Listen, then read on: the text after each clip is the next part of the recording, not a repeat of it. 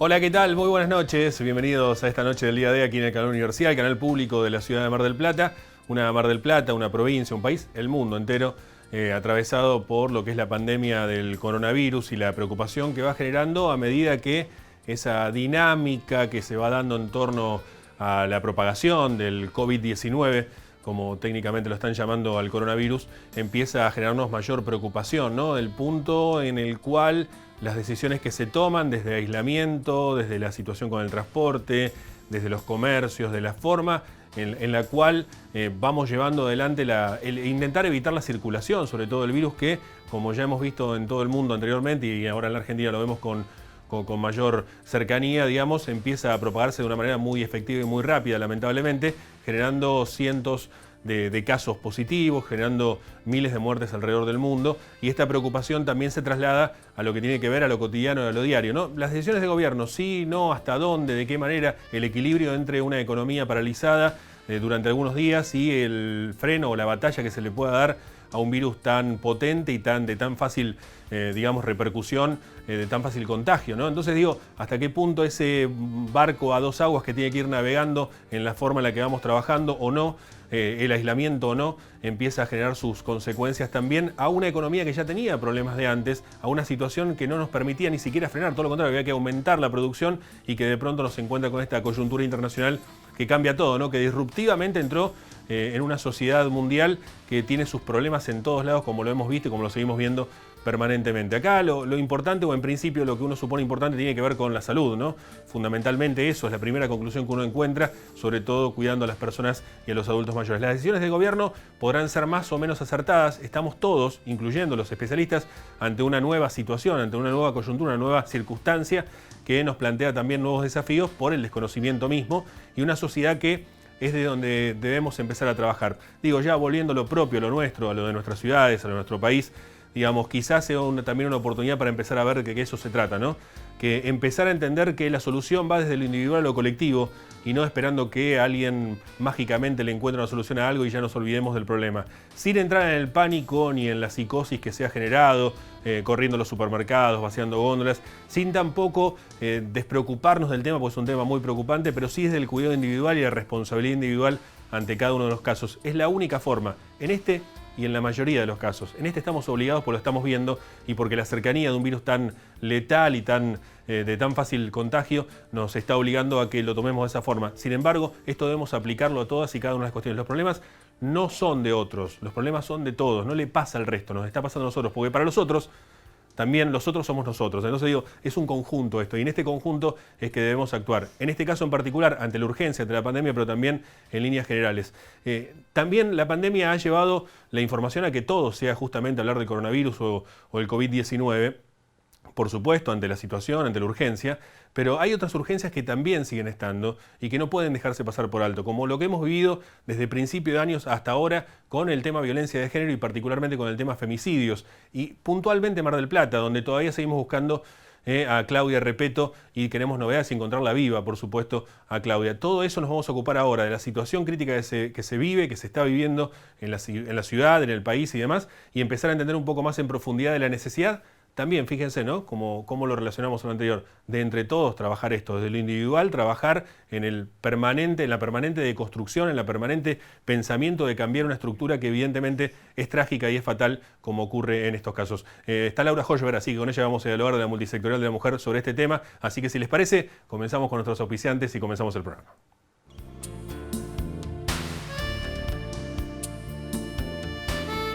Auspician este programa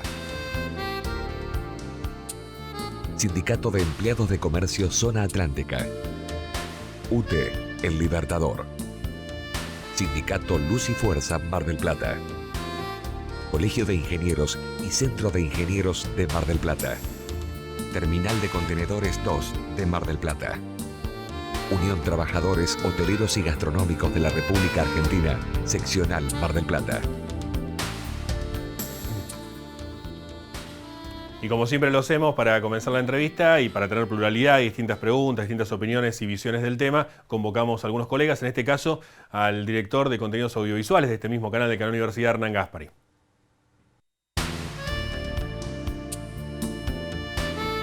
La pregunta para Laura tiene que ver más con una reflexión en torno a la visibilización que ha tenido en los últimos años la temática de la violencia de género, incluso las políticas públicas que se han implementado, pero que a pesar de ello las víctimas de femicidios siguen siendo muchísimas, números que no bajan en la República Argentina.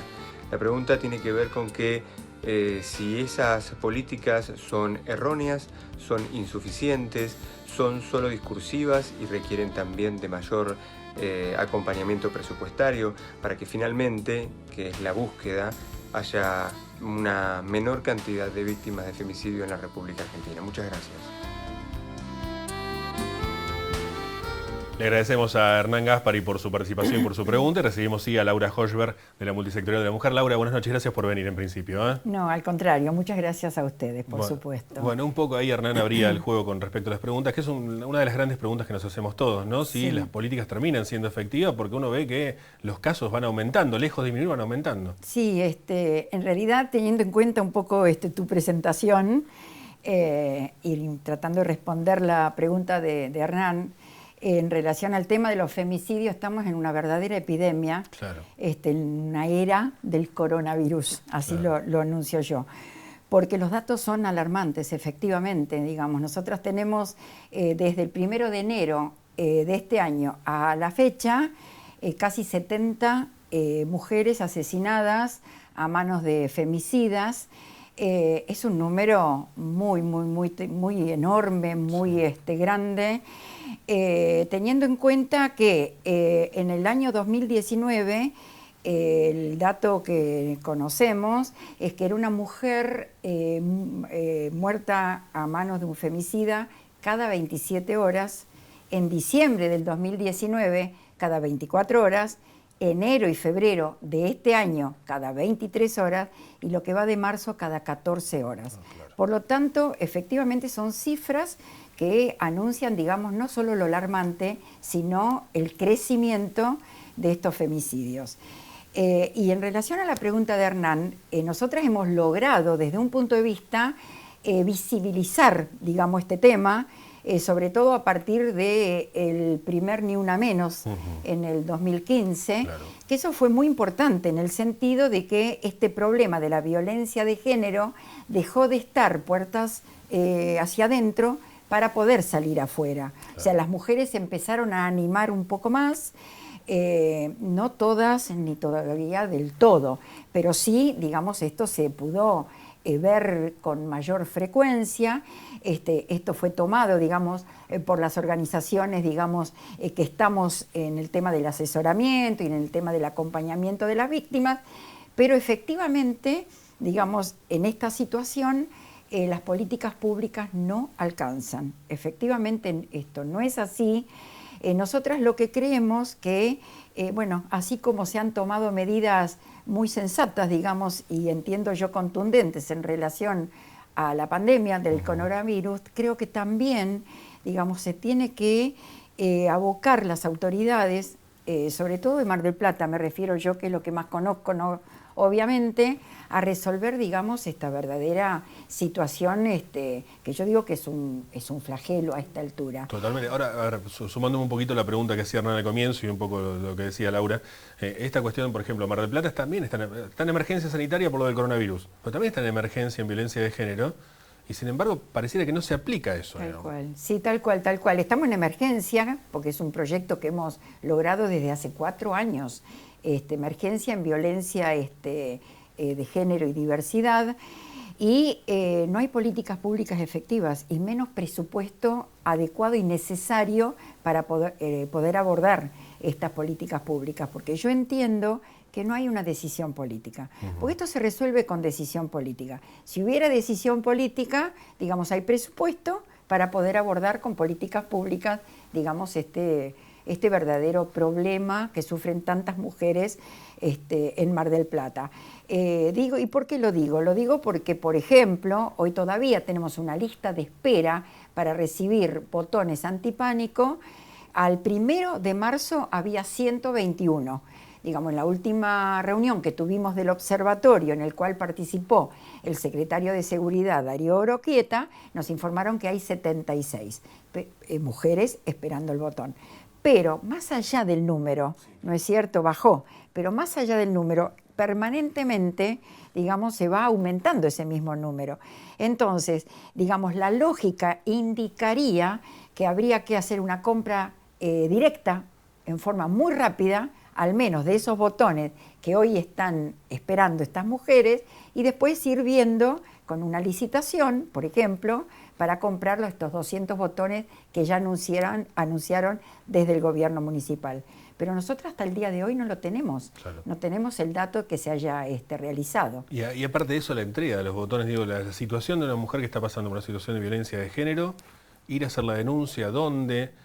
Va a hacer la denuncia a un juzgado y después en comisaría de mujer dice, no, esa denuncia no servía, o la espera, o la notificación hasta que llegue, la orden de restricción hasta que llegue la persona. El botón antipánico termina siendo restrictivo para la víctima y no para el victimario. Digo, hay un montón de cosas que el sistema falla también en el medio. Efectivamente, ¿no? Por eso digamos que hay que profundizar, digamos, las políticas públicas. O sea, las que existen, creo que incluso hay que avanzar. Claro. Porque bien vos lo decís, o sea, el botón antipánico es un instrumento que por ahora, por supuesto, sirve. Pero efectivamente, tiene que ir a hacer la denuncia hasta que le dan el botón, después ella llamar para que venga el móvil, bueno, todas estas cuestiones.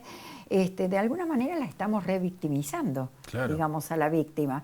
Entonces, ¿qué se requeriría, por ejemplo? Una tobillera para el victimario, digamos, claro, que hoy no existe. No existe. No. Entonces, estamos hablando de que hay que permanentemente pensar en el tema y tomar una decisión para poder abordarlo y tratar de resolverlo. El tema de la sensibilidad de ir a contra una situación así.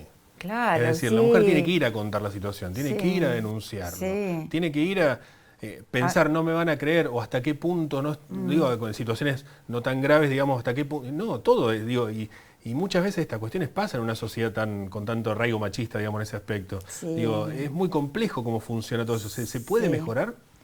Y yo entiendo que sí, que se puede mejorar, porque, por ejemplo, una mujer que ya tiene este problemón, porque no es un problema, es un problemón, y va a denunciar y va a pedir ayuda o una respuesta a su pedido, tiene que estar esa respuesta. Y para que esté esa respuesta, vamos al botón, por ejemplo, vamos a ese instrumento, tiene que estar, porque si no esa víctima que hizo todo el recorrido, digamos, para llegar a pedir esta respuesta, no lo tiene, vuelve, digamos, al círculo de violencia.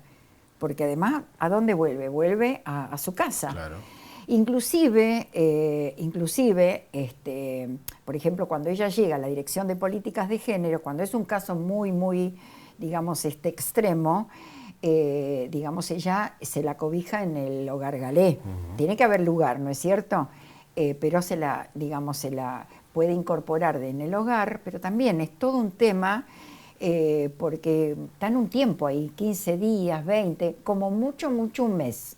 Y después vuelven. Cuando vuelven, ¿a dónde vuelven? Sin trabajo, sin vivienda. Entonces, yo entiendo que desde las autoridades hay que pensar en el tema con toda la conciencia y con toda la sensibilidad para darle una respuesta. Claro. Porque si no, estamos, digamos, en un círculo donde no se sale más o es muy difícil de salir. ¿Cómo hacemos para identificar el límite que se pasa? Digamos, porque también aparece ahí esta cuestión, ¿no? De una discusión que pueda haber, un intercambio de ideas, una situación violenta, es un paso simplemente, y es el paso clave, porque no hay vuelta atrás de ese paso, digamos, ¿no? ¿Dónde empezamos esto? Y en todo caso, ¿puede intervenir algún familiar, una persona allegada, a marcarle, y aunque la persona no quiera ir a hacer la denuncia? Sí, claro que puede, por supuesto que sí. Bueno, en primer lugar, cuando nosotros hablamos de violencia de género y el último eslabón, digamos, de esa violencia extrema, que es el femicidio, nosotros siempre decimos que el femicidio, o sea, el asesino o el femicida no mata a la mujer porque un día se levantó de mal humor o porque ella le sirvió la sopa muy fría, vamos a suponer. Esto viene de mucho tiempo antes, digamos, donde incluso para que la mujer se dé cuenta de que está siendo víctima de violencia, porque hay toda una cuestión, digamos, muy de psicopatía, por lo cual esa persona, ese varón, digamos, la subestima de tal manera que esa mujer pierde toda estima, digamos, de su propia persona, y ella misma pasa a ser como, o se siente en realidad como un trapo de piso. Entonces aparece la culpa, yo tengo la culpa, yo me vestí con la pollera corta, yo me pinté, yo salí demasiado, yo... Entonces todo esto es un trabajo, digamos, que va haciendo el victimario desde mucho tiempo antes. Claro. Siempre las anécdotas, en las historias en realidad que se cuentan, estaban de novios y era todo color de rosa y todo enamoramiento, hasta que, vamos a suponer, van a vivir juntos o ella se embaraza y ahí empiezan los problemas.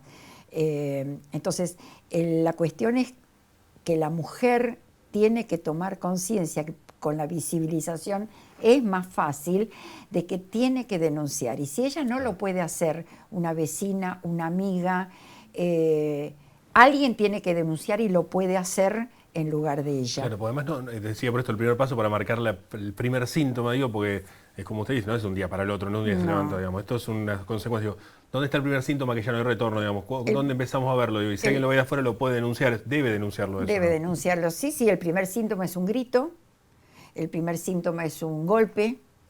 El primer síntoma que no lo puede ver el vecino es la violencia psicológica, claro. La violencia económica, que es con que se empieza. Claro. Generalmente la víctima no puede ver más a su familia, a sus amigas, se le corta, digamos, el celular. La situación posesiva, ¿no? La situación posesiva, efectivamente. Porque esto es lo que hace, digamos, el victimario en relación, digamos, a esto que siente que es de su poder, claro. Es de su propiedad. Él puede, digamos, manejarla como un objeto. Y si es un objeto, es mío, claro. Es de mi pertenencia. Por lo tanto, yo puedo hacer lo que quiero con ella. Entonces, esos primeros síntomas son muy difíciles que los pueda, digamos, ver o un vecino o un familiar, salvo que ella lo pueda contar, que es muy difícil también para la víctima. Porque a veces se dice, pero ¿cómo? ¿No te das cuenta? Y no se dan cuenta, porque ese trabajo de psicópata que hacen, digamos, estos victimarios, es hacerla sentir, justamente como decía, con culpa, que no sirve para nada, porque también son personalidades, digamos, que no a todas las mujeres, digamos, nos pasa, pero muchas mujeres, digamos, por historias de vida, sí, claro. Se sienten muy subestimadas, muy nada, y entonces estos también trabajan, digamos, como más cómodos con este tipo de mujeres. Pero yo creo que todos nos tenemos que hacer responsables de lo que nos pasa y de lo que le pasa a una vecina, a una amiga, a un familiar, y denunciar rápidamente. Claro. Claro. ¿Dónde se denuncia rápidamente? Ya no tenemos mucho tiempo. ¿Dónde hay que denunciar? ¿Cómo hacemos la denuncia? ¿Cómo vemos que hay una situación que se está viviendo, que empezó, que ya se empieza? ¿Cómo hacemos la denuncia? Bueno, la denuncia hay que hacerla en la comisaría de la mujer, que funciona las 24 horas. También hay una comisaría de la mujer que funciona en la Dirección de Políticas de Género hasta las 17 horas. Hay que ir también a hacer la denuncia porque te reciben, digamos, y después entras en un sistema, digamos, de prevención y de ayuda y acompañamiento en la Dirección de Políticas de Género, y también en las organizaciones que estamos trabajando, digamos, y asesoramos, sea el CAM, sea la Multisectorial de la Mujer, y bueno, los horarios en la Comisaría de la Mujer son las 24 horas de lunes a lunes. En la Dirección de Políticas de Género es de lunes a viernes de 8 a 17 horas. En la Multisectorial de la Mujer, Rivadavia 4545, lunes, miércoles y viernes de 16 a 19. Y el CAM son 3 veces por semana, ahora la verdad no recuerdo. Por redes también se puede buscar, ¿no? El Centro de Apoyo a la Mujer Maltratada, la Multisectorial de la Mujer y también la Casa de la Mujer. Exactamente. Gracias por venir, Laura. No, al contrario, gracias a ustedes. Laura Hochberg, de la Multisectorial de la Mujer, en esta noche del día D. Hacemos una pausa, quédese que ya volvemos. Unión Trabajadores del Turismo, Hoteleros y Gastronómicos de la República Argentina, Seccional Mar del Plata, San Luis 2548. Viajar en colectivo te conviene. Ahora tenés una respuesta inmediata a todas tus consultas. La nueva línea gratuita de atención al usuario, 0800-333-0701. Viaja asegurado, viaja tranquilo. Subite a los colectivos de Mar del Plata. Colegio de Ingenieros y Centro de Ingenieros. Compromiso y responsabilidad profesional al servicio de la comunidad. Terminal de Contenedores 2 de Mar del Plata. Trabajando por un puerto multimodal y una ciudad productiva. Sindicato Luz y Fuerza Mar del Plata. 25 de mayo, 4135.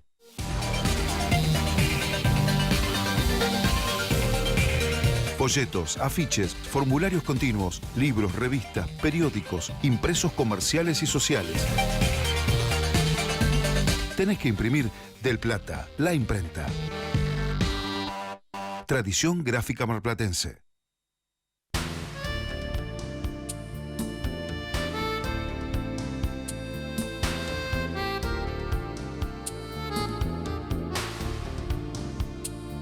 Comenzamos un nuevo bloque y como siempre recibimos al licenciado Roberto Manuel Ortega. Roberto, buenas noches, gracias por venir. Buenas noches, ¿cómo andás? Bueno, ¿de qué hablaremos hoy, Roberto? Mira, vamos a hablar de un poco cuál es el panorama macro de la Argentina en este momento, que es un panorama muy complicado. Muy complicado por varios aspectos, algunos que son internos, algunos que son de herencia y algunos que se complicaron a último momento y que no estaban previstos, y estos son normalmente las cuestiones que más afectan la economía. Cuando uno puede prever las cosas, más o menos la cuestión económica va para adelante. Cuando aparecen hechos imprevistos, pegan muy mal, primero en los mercados financieros y después en la economía real, y la Argentina venía castigada de antes y creo que va a ser un problema para adelante muy importante. Entonces, primero vamos a dar un panorama. Sí. Alberto Fernández recibió un país muy complicado. El último año de Macri, o si querés todo el gobierno, pero sobre todo el último año, no fue de lo mejor, dejando una economía en recesión, dejando una economía con mucha inflación, una cuestión de que no se resolvió nada en los 4 años, de 10 años de esta inflación que hay en Argentina. A eso Macri le adicionó un problema de deuda importante, y este era el combo que recibía Alberto para manejar, que era per se un combo muy complicado.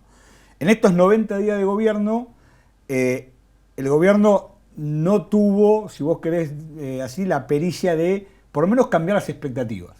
¿Está bien? Dejemos de lado la cuestión técnica, pero las expectativas de la gente, claro, en términos generales no cambiaron, y está todo como trasladado a que la reestructuración salga bien o mal para ver si el país puede arrancar o no puede arrancar. Y lo que complicó aún más todavía el panorama. Pero en los últimos 20 días se dieron dos situaciones, si querés una que viene de diciembre, digamos, según lo que dicen los médicos, que yo no puedo, digamos, llegar por ahí a comprender o explicar bien, y una que se dio en términos, digamos, de un problema económico que surgió entre China y entre Rusia y Arabia Saudita, que complicó aún más la situación. Bueno, primero al fácil. Claro. Bueno, hay un problema de precios entre dos países petroleros que hace que la OPEP, que es la que regula los precios del petróleo a nivel internacional, termina como desintegrándose.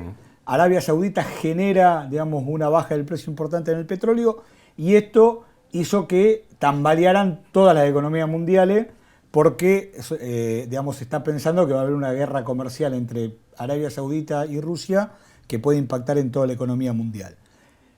Ahora, eso es un problema que cada 2 por 3 pasa. ¿Está bien? Déjame aclarar una cosita, sí, simplemente, porque voy a estar alguien mirando y dice no, porque bueno, la economía mundial, el problema entre Rusia y Arabia, y eso afecta principalmente a los combustibles, principalmente a lo que hablábamos recién con Sergio Procel, el tema del gas y lo que viene en dólares de pozo, digamos, afecta directamente a nuestras economías, incluso individualmente, si queremos verlo de un modo egoísta, ¿no? Sí, para poner ejemplos qué es lo que, muy abajo, digamos, ¿no?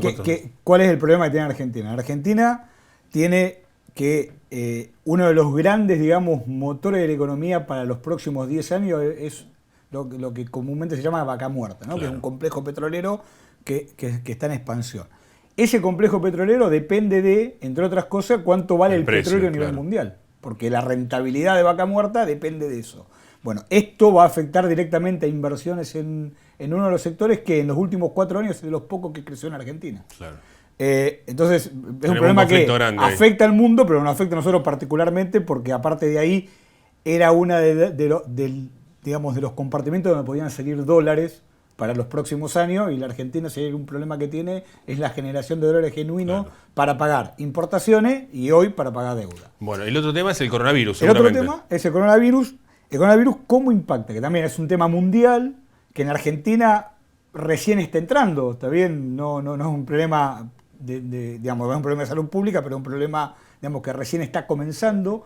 Pero yo voy a dar ejemplos. Hoy en la Argentina, hace un rato, la Reta dijo que no se pueden hacer más espectáculos públicos a nivel masivo. Aparentemente se va a sacar una resolución similar en la provincia de Buenos Aires.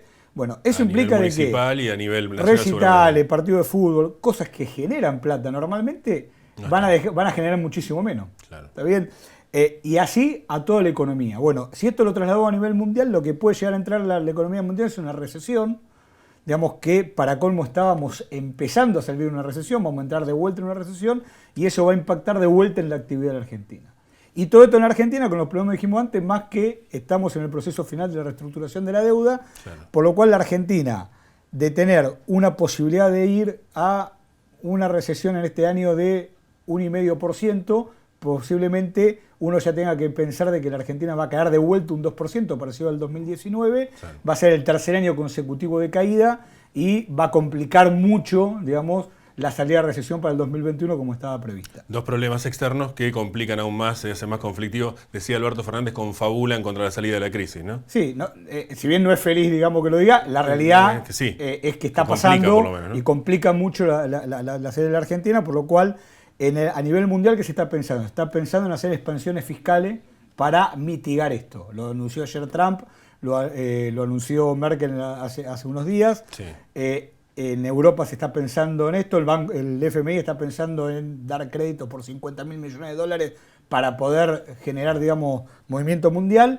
En la Argentina estamos complicadísimos para hacer eso porque no tenemos quien nos preste plata, porque no podemos aumentar impuestos y porque la única forma es a través de emisión y estamos en un proceso inflacionario todavía alto. Por lo cual, la Argentina está complicadísima, digamos, y se vienen meses realmente complicados para la Argentina. Bueno, Roberto, ahí están las cosas. Me decía una persona, un hipocondríaco, me decía hace un rato, después nos quedan todos aislados y ya está, cortamos todo hasta abril, ¿no? Justamente porque no tenemos margen y encima justamente esto podría complicarlo aún más, ¿no? Exacto, digamos, todo eso complica la actividad económica y la actividad económica está deprimida, así que la Argentina está en un sendero, digamos, de un precipicio que se puede venir. ¿Hay una buena o no? Gracias, Roberto. Nos reencontraremos el próximo jueves. Que la pases bien. Gracias por venir. Gracias. El licenciado Roberto Manuel Ortega y la economía. Nosotros no tenemos más tiempo. Si les parece, nos reencontraremos el próximo jueves a las 22 aquí en el canal Universidad, en el canal público de Mar del Plata. Tengan una muy buena noche. Gracias por acompañarnos y hasta la próxima. Chao.